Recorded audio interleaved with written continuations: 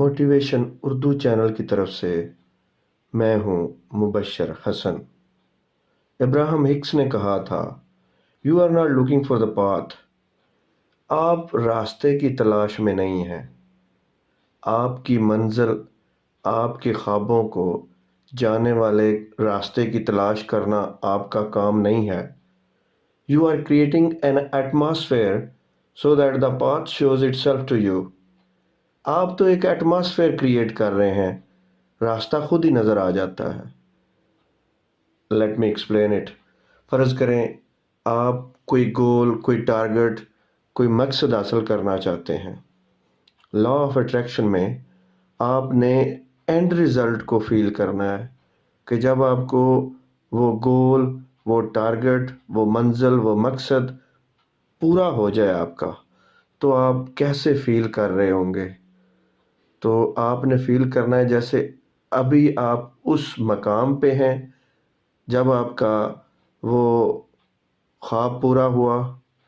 आपने इमेजिन करना है अपने आप को उस मकाम पे जहाँ पे आपका ख्वाब पूरा हो रहा है, और आपने पूरी तरह यकीन कर लेना है कि ऐसा हो रहा है, ऐसा आप कर चुके हैं, आप अपनी मंजिल को, अपने मकसद को हासिल कर चुके हैं।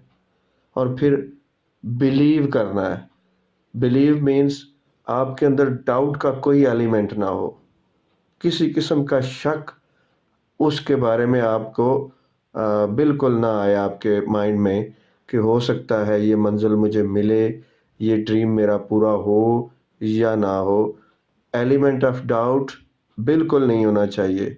आपकी पूरी नज़र आपके एंड रिज़ल्ट पे हो।